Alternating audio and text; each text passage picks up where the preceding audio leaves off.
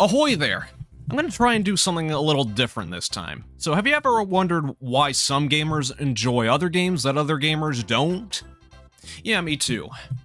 So I just wanted to have a seat and talk with you all and try to answer this question. What makes a video game fun? So grab a beanbag chair like this, or maybe just any old comfy seating arrangement, and let's have a chat. Yeah, I don't really have like a big script laid out or anything, I just have a few notes to go off of. These were all just thoughts that came to me, especially from like seeing some YouTube comments about videos and what they think is fun and what I don't think is fun. That's basically the gist of what's going on, so let me start off with a couple examples. So, a game that I do enjoy playing that some others may not is something like Helldivers 2. I mean, it's hard, like it's really hard. It's very, very hard. But it's like the kind of difficulty that keeps you coming back for more. And the world building, even though it's very, very controversial to say the least, it's sort of like Starship Troopers, in which it's like political satire, and I find it really amusing. And, of course, like, one of the biggest parts of that game is that it's a really, really fun game to play with friends, especially if they're nerds. Like, I have a bunch of friends who are a bunch of, like, 40k nerds, or they're into, like, Warhammer 40k, they were into, like, Halo, and they are most definitely into Starship Troopers. That was like a match made in heaven when Helldivers 2 came out. And what made it even better is that it wasn't like any other live service game that's released in the past 5 years. It feels like very good. It's like genuine heart and soul being poured into the development of the game. There's actual people working on it that care about this game, more so than any publisher would.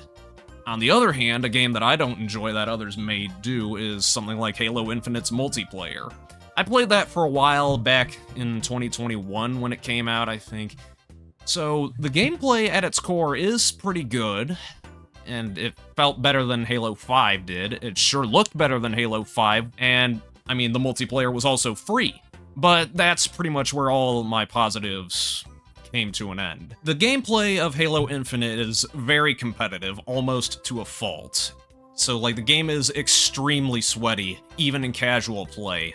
People are just trying way too hard in this game. The game engine also is, like, very unstable. It feels like it's being held together by 2 sticks and a rock. And all the cool cosmetics in the game just cost too much money. They cost real money, and it costs way too much. Like, it was really hard to grasp the fact that Halo Combat Evolved Mark V cost, like, what, $20, $30? And now some bundles cost, like, $40 or $50 in the game. It's outrageous.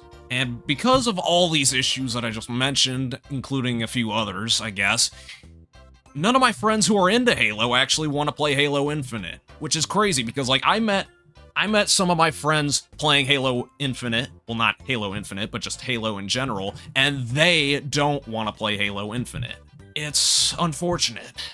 Well, I think the important thing is, from both of the examples that I provided, is that gameplay comes first. A game has to have good play control, and it has to have a kind of pull that keeps you engaged even all those years later. I mean, look at something like Tetris.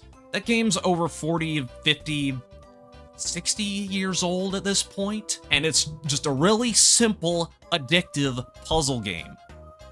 And that's all it needs to be, and it's still so much fun to play all these years later.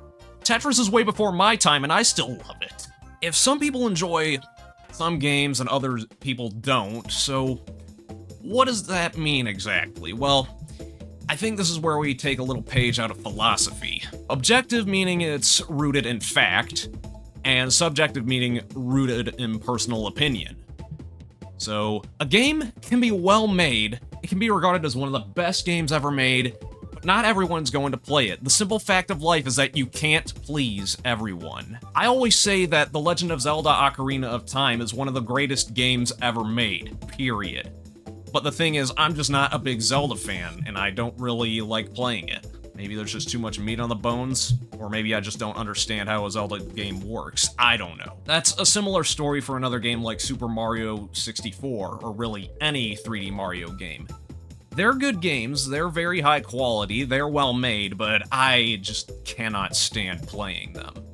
Maybe because Mario feels slippery to me, and maybe I just overcorrect in platforming games, which leads to a few cheap deaths here and there. So, like, Ocarina of Time and Mario 64 are good, don't get me wrong. They might be even some of the best games of all time, but subjectively, they're not the kind of games I like to play. So what about something like, I don't know, Pokemon? So with Pokemon, I kinda echo the sentiment that you need to have grown up with it to get the most mileage out of the main games. I was right on the edge of being born in the generation of Pokemon, the first and second ones. I have some memories of the Pokemon games, like Pokemon Gold, but that was really only me just messing around in it because I was too young to know how the game worked. And my parents never let me watch the anime when I was growing up. Pokemon just hasn't really vibed with me until fairly recently, actually. That doesn't mean I completely despise Pokemon. In fact, there are a few Pokemon spin-off games that I do actually enjoy, like Pokemon Snap. I adore the hell out of that game on N64. It's more of a simplistic score attack kind of game, and I just love the interactivity with the Pokemon. Really, the interactivity in that game is Pokemon Snap's best asset, and also getting some really good pictures. So what about some other game that's, I don't know, maybe not an N64 game? What about something like, let's say Gran Turismo, because you guys like racing games here, right? With the more recent Gran Turismo games, I just can't really get any feel for it. Maybe because I can't play any of them. I can't play Gran Turismo 5, even though I've tried to get RPCS 3 set up, but I'd kind of forgotten how to get the game properly set up on PC. And I just straight up don't own a PS3. Well, I don't own a working PS3, I should say. And anything from PS4 or PS5 onwards, that is beyond me. I just cannot get over a lot of the gameplay changes made starting with Gran Turismo 4 on PS2. Because, with Gran Turismo 4, it's got a lot of content on tap. It's got a lot of cars. But the problem is that the handling just won't please everyone.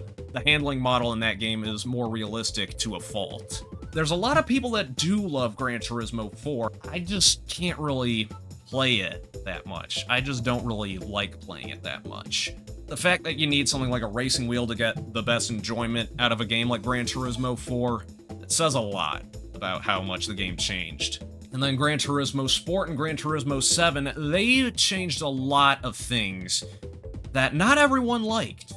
It was for the worse, actually, like always online connectivity, even for single player. And Gran Turismo 7's much maligned cafe menus. Not everyone liked that, and I honestly don't imagine I would either. So, I do like most of the older Gran Turismo games, but that's probably childhood nostalgia speaking. Maybe I should also bring up fighting games real quick. I do like watching fighting games. I think they're extremely hype. They have some of the most hype moments in any game out there. You just can't really get a feel for them, even though I really tried my hardest to get a feel for them. It's just kind of also ties into games being super competitive. Would have liked playing super competitive games back in high school, which is maybe 10 years ago at this point, but I just do not have the tolerance level for these kinds of games. Competitive games of any sort, let alone fighting games. It's not just because of the motion inputs, and that's definitely a contributing factor to why I don't really get along with fighting games, except Smash. With fighting games, there's also a win-lose thing. You either win a game or you lose, and to me, losing is the worst feeling in the world. That's just kind of how my brain works, and I can't really cope with losing. So, yeah, I am a certified scrub. The games that I do like and don't like are subjective opinion, and you have every right to agree or disagree about it. What exactly am I going on about? Well, the point I want to try and get across is that some games, regardless of their quality, just won't cut it for some players. It may have one thing or many things that may draw them away. Again, I'm going back to Ocarina of Time. Ocarina of Time is a fantastic game, but I just don't really vibe with it, I guess. Conversely, some people do get enjoyment out of games that are objectively bad, like... What's a good example? I'm gonna say a good example of a bad game that people do like is Desert Bus, I guess. That game found, like, renewed popularity with speedrunners simply because of how, like, funny it is doing such a mundane task over several hours. Another bad game that people may actually like, Big Rigs Over the Road Racing. That game had no budget. It was just like a shovelware release. It has, like, graphics, terrible gameplay, but people love it just because of how awful it is. Not everyone is going to like every kind of game.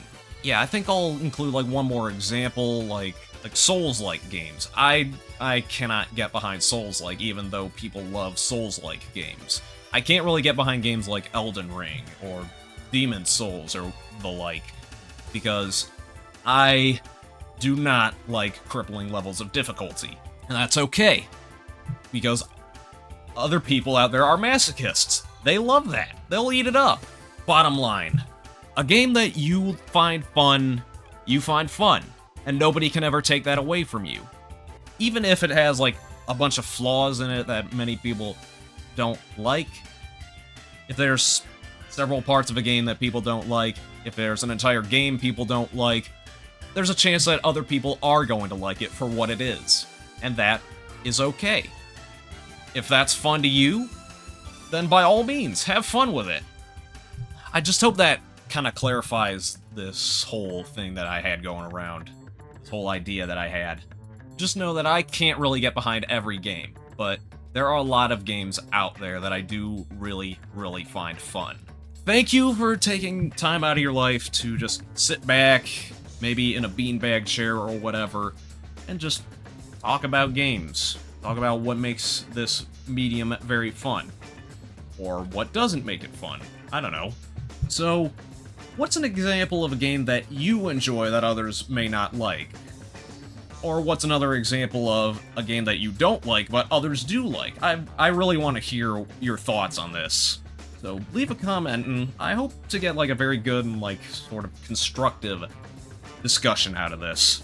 If you enjoyed this sort of ramble, and if you want to hear me sit down more and talk about more kinds of gaming-related things, just sit down and have a real chat about things, let me know. Thank you very much for watching. This has been Squiddy the Kid, signing off.